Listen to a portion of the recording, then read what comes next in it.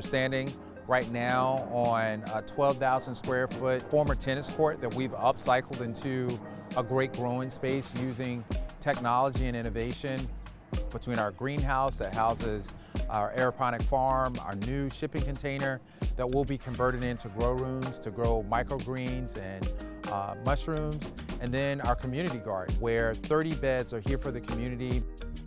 And just a few yards away, we have Pharmacy Community Farm Stop, which is a great place to purchase locally grown food produced by local farmers in the area. And then the place really just serves as a great community hub.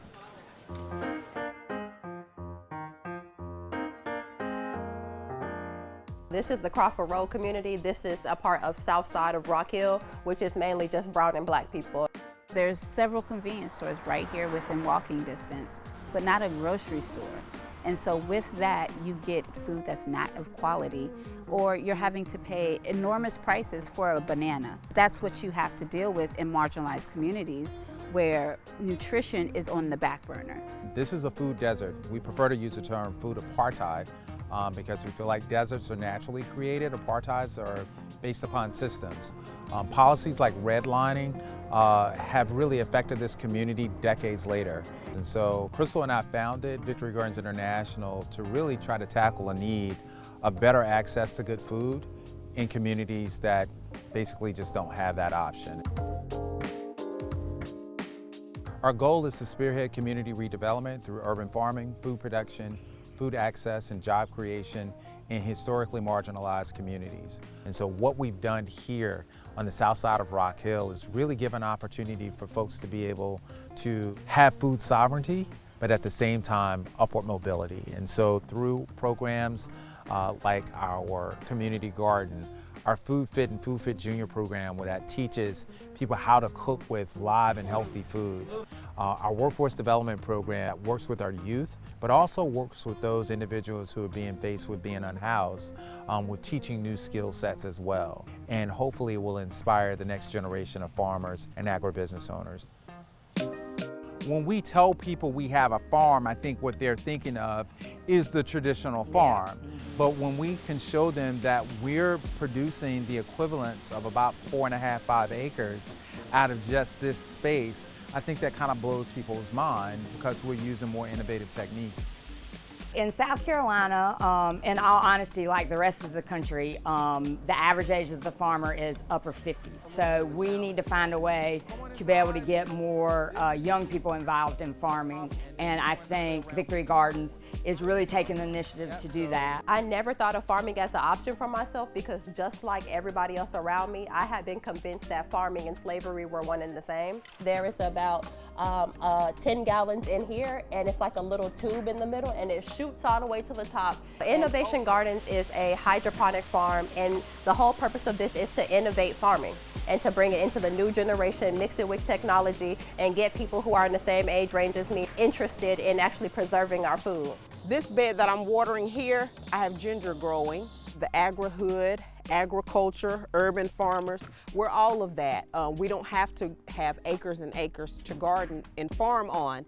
We can do it right here in our backyard. As I put a cucumber here and then put beans around it. Jonathan has been able to educate me and provide information to me. I think you probably need to get a little bit more compost in here because you've got so much organic matter in there that's not breaking down as well. I have been able to be certified through the Department of Agriculture to where I can sell my crops and vegetables. So I've been able to use this food to feed my family, but it has provided abundance in food for others in my community as well. Exactly, that's what we have to do, is I call it innovation. He has a purpose, and there's nothing in this world that more than somebody with purpose. You're living your life for something, and in his purpose is solution to problems that affect us all. We are losing land, losing farmers, and so being able to provide more fresh food for families, for consumers, is of the utmost importance. I've grown my gardening skills tremendously. Jonathan turned me on to composting, and I've been using it, putting it in my garden. The spring garden, I had cucumbers, and they just showed off. The whole neighborhood had cucumbers. I think people seeing us within the community growing this food, it's the same food that we about to give you to eat, it gives them a sense of, yeah, I can do this too. Or it gives them this sense of success comes from us. I don't have to outsource my success, and I think that is one of the best things that I think Jonathan has changed about this community, and I'm very happy to be a part of that. When I think about the community's response to Victory Gardens and the community farm stop, it feels like a prayer answer for many people. When we began this work on the city side, we've looked at plans from 30 years ago, 20 years ago, 10 years ago, that very little happened by way of. But to see the catalytic work that Victory Gardens is creating in this very community, people have hope again. And if you can give people hope again, they have the power and the courage to change their own lives, and we just get to be a partner in that work alongside them. What we're trying to create now through a potential partnership with the City of Rock Hill and other developers is to really create the state's first urban agricultural district. No different than an arts district. Crop Hill is our vision of really kind of allowing to have a centralized hub, a great tract of land where not only can we have that incubator farm, 20, 25 local farmers, they be able to have a place that they can call their own and grow and learn how to scale their business up, but also a physical place, a farmer's market, a place where we can store good food that some of our farmers have grown, a place that they can wash and package and distribute, all in one centralized location.